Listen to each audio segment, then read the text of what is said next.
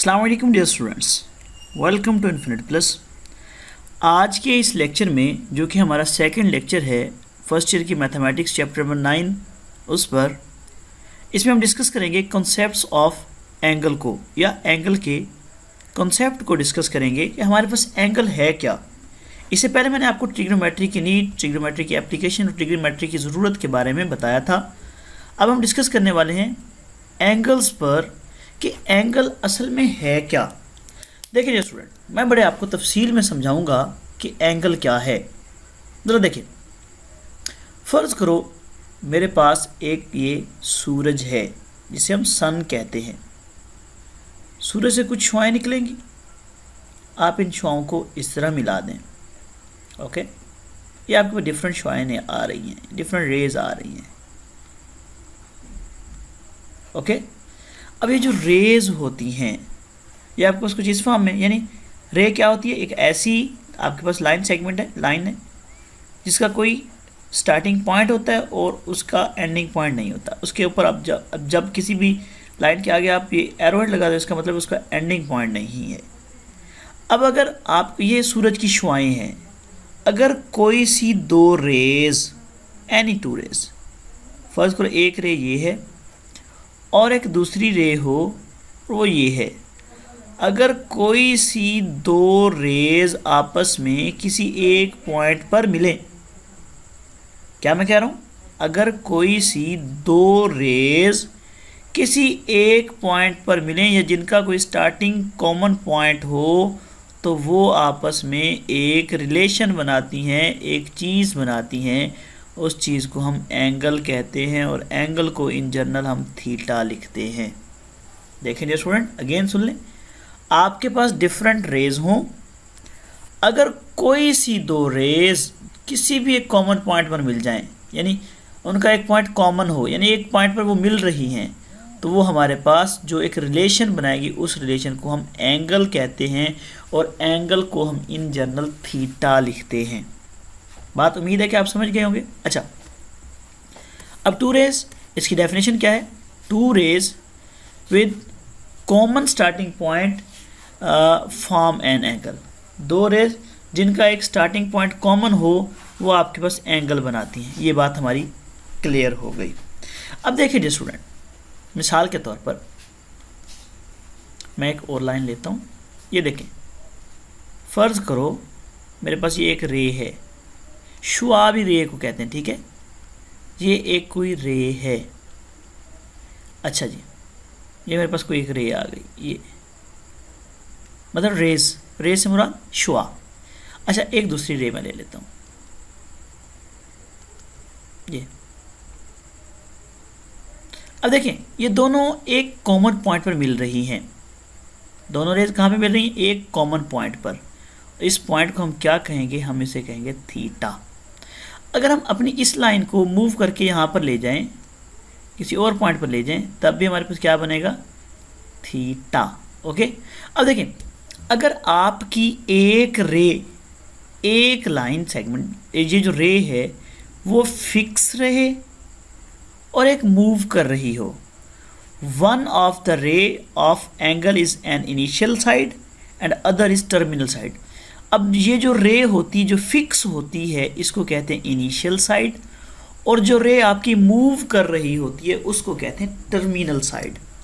देखें जी स्टूडेंट, मैं आपको यहाँ पे अगेन समझाता हूँ तफसील से।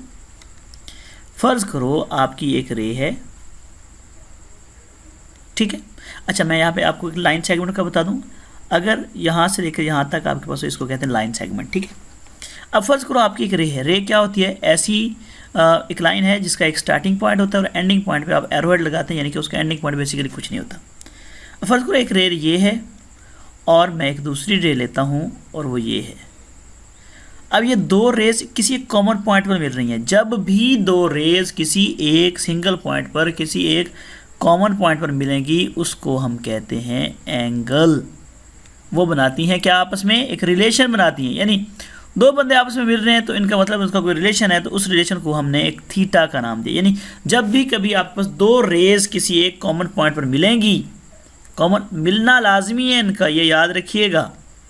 जब भी दो रेज किसी एक कॉमन पॉइंट पर मिलेंगी तो हमारे पास एक न्यू रिलेशन बनेगा, उस रिलेशन को हम थीटा कहते हैं और थीटा को हम एंगल कहते होते हैं। बेसिकली आप इस ये एंगल की डेफिनेशन है। अब फर्ज करो एक रे ये है और दूसरी रे ये है। मैं आपसे पूछूंगा ये दो रेज एक कॉमन पॉइंट पर मिल रही हैं तो ये क्या बनाएगी, एंगल बनाएगी, और एंगल को हम जनरली किससे डिनोट करते हैं, थीटा से। अच्छा, फॉर एग्जांपल ये रे जो हम जिसको येलो कलर दिया था, ये अब यहाँ से यहाँ पे मूव कर गई, तब भी अब इन दोनों का रेश, अब मैं आपको एक सेपरेट बना के दिखाता हूँ। सॉरी, ये क्योंकि नीचे वाली लाइन हमारी ब्लैक है तो मैं इसको ब्लैक से डिनोट करूँगा ताकि आपको समझ आए। फ़र्ज़ करो ये हमारी नीचे वाली रे है, पहले वाली। अब ये जो रे आपके पास यहाँ पर है, अब यहाँ पे मूव कर गई, देखें यहाँ पे, तब भी तो इनके दरमियान एक रिलेशन बन रहा है और इस रिलेशन को हम क्या कहते हैं, एंगल। अच्छा, अगेन फॉर एग्जांपल हम फ़र्ज़ करते हैं, फ़र्ज़ क्यों करें, दोबारा आपकी जो पहली रे है अगर वो फिक्स रहे, ये वही वो अपनी पोजीशन पे फिक्स है, दूसरी रे आपकी मूव कर रही है, ये यहाँ पे आ रही है। अब ये जो रे आपकी मूव करे तब भी आपका एक रिलेशन बनेगा, इसको आप एंगल कहोगे, थीटा कहते हैं। ये जो रे मूव कर रही है इसको कहते हैं टर्मिनल साइड, इसे क्या कहते हैं, टर्मिनल साइड। और जो आपकी फिक्स होती है उसको कहते हैं initial side. The angle is identified by the showing the direction of rotation from the initial side to the terminal side. ये क्या मतलब है इस बात का, आपको ये कहा जा रहा है कि आपका जो एंगल होता है वो बेसिकली आपकी इनिशियल साइड से टर्मिनल साइड की एक मूवमेंट है। यानी दो रेज मिलेगी, एक हमारे पास रिलेशन बनेगा। अब हमारे पास ये किस तरह का रिलेशन है, यानी एंगल किस टाइप का बन रहा है, यहाँ पे आ रहा है किस टाइप का एंगल है, यहाँ पे एंगल किस टाइप का है, यहाँ पे एंगल किस टाइप का। तो अगर ये एंगल कैसे बनता है, जब आपकी टर्मिनल साइड मूव करती जाती है आपके पास डिफरेंट एंगल आना स्टार्ट होते हैं। तो ये यहाँ पे आपको बताया जा रहा है। अच्छा, आगे अब आपके पास एंगल को मेजर करने के तरीके हैं, दो तरीके होते हैं, काउंटर क्लॉकवाइज यानी एंटी क्लॉकवाइज और क्लॉकवाइज। अगर आप घड़ी के सिमत में अपने एंगल को मालूम करते हैं तो आपका एंगल नेगेटिव होगा, और अगर आप घड़ी के उल्ट सिमत में जाते हो तो आपका एंगल क्या होता है, पॉजिटिव। घड़ी की सिमत में नेगेटिव और घड़ी की उल्ट सिमत में पॉजिटिव। अब ज़रा देखिए, an angle is said to be positive और negative if the rotation is anti clockwise और क्लॉकवाइज। अब आपका एंगल जो है वो नेगेटिव कब होगा, आपका एंगल नेगेटिव तब होता है डियर स्टूडेंट जब आप अपने एंगल की मेजरमेंट अकॉर्डिंग टू क्लॉकवाइज लेते हो। यानी मसलन आपके पास एक रे ये है और दूसरी रे हमारे पास ये है, ये थोड़ी मिस्टेक है, मैं इसको रिमूव कर लूँ। हमारे पास दूसरी रे ये है, अगर आप अपना इसका, अब दो रेज मिल रही है ना, एंगल तो कोई ना कोई बनेगा, ये तो एक बात क्लियर है। अब सवाल यहाँ पे है कि अगर आप घड़ी की सिमत में इस एंगल को निकालते हैं इस साइड पर, तो आपका एंगल, ये अब घड़ी की सिमत है यानी कि इसको कहते हैं क्लॉकवाइज।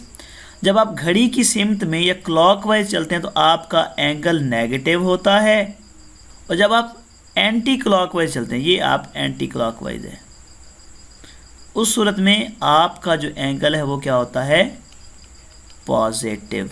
बात समझ आ चुकी। यानी जब भी आप अपनी घड़ी की सिमत में यानी क्लॉकवाइज एंगल देखेंगे तो वो आपका नेगेटिव होगा, और एंटी क्लॉकवाइज आपका एंगल क्या होगा, पॉजिटिव होगा। वो साइड जो फिक्स होती है उसको हम इनिशियल साइड कहते हैं, जो साइड हमारे पास मूव करती है उसको क्या कहते हैं, टर्मिनल साइड।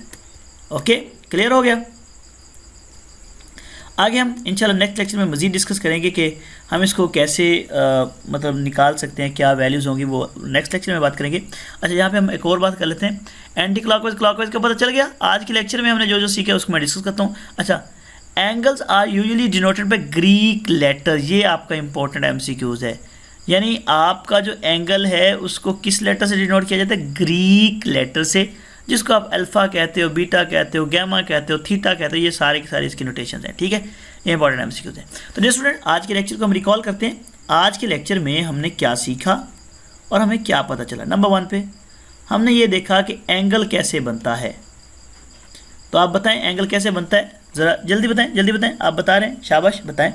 एंगल कैसे बनता है? एंगल इस तरह बनता है कि जब आपके पास कोई सी दो रेज आपस में किसी भी पॉइंट पर मिलती हैं, उनका अगर कोई कॉमन पॉइंट हो तो वो आपके पास क्या बनाती है? एंगल। अच्छा, इसके बाद हमने सीखा है कि एंगल हमारे पास पॉजिटिव कब होगा, नेगेटिव कब होगा। अगर आप घड़ी की सिमत में यानी क्लॉकवाइज मेजरमेंट करेंगे तो आपका एंगल नेगेटिव होगा, और अगर आप एंटी क्लॉकवाइज जाएंगे तो आपका एंगल क्या होगा? पॉजिटिव होगा। अच्छा, इसके अलावा हमने सीखा कि टर्मिनल साइड और हमारे पास इनिशियल साइड कौन सी होती है? जो साइड फिक्स होती है उसको हम इनिशियल साइड कहते हैं, जो साइड आपकी मूव कर रही होती है यानी कि जो रे आपकी मूव कर रही होती है उसको हम टर्मिनल साइड कहते हैं। अच्छा, इसके अलावा हमने ये सीखा है इस लेक्चर में कि हमारे पास एंगल को किस लेटर से डिनोट किया जाता है, तो वो हमारे पास कौन सा लेटर है? ग्रीक लेटर से एंगल को डिनोट किया जाता है। तो जो स्टूडेंट्स, आज के लेक्चर में इतने ही। इंशाल्लाह नेक्स्ट लेक्चर में हम डिस्कस करेंगे कि एंगल को मैयर कैसे किया जाता है, यानी कि अब हमारे पास एंगल का तो पता चल गया है कि एंगल कैसे आता है। आपके पास एंगल तब बनता है जब आपकी दो रेज आपस में मिलती हैं तो एंगल बनता है। अब हमारा सवाल ये है कि अच्छा, एंगल की तो हमें समझ आ गई, पहले लेक्चर में हमने ट्रिग्नोमेट्री को देखा। अब आप कह सकते हैं सर हमें एंगल की तो समझ आ गई है, अब आप हमें ये बताएं कि एंगल को मैयर कैसे करते हैं, थीटा को मैयर कैसे करते हैं, इसको क्या सिस्टम है।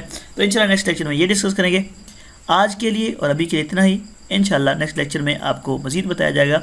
अच्छा, इसके अलावा हमारे मज़ीद वीडियोज़ के लिए हमारे यूट्यूब चैनल इन्फिनिट प्लस को आप विज़िट कीजिएगा। इनफाइनाइट प्लस ये हमारा यूट्यूब चैनल है, आप इसको विज़िट करें। इंशाल्लाह अज़्ज़ा आपको हर तरह के प्रॉब्लम्स जो हैं वो सॉल्व करके बताए जाएंगे। मैं अगेन बता देता हूँ, इनफाइनाइट प्लस। हमारा व्हाट्सएप नंबर है 03042291 893। यहाँ पर रब्ता भी कर सकते हैं। अभी के लिए इतना ही। अल्लाह हाफ़िज़।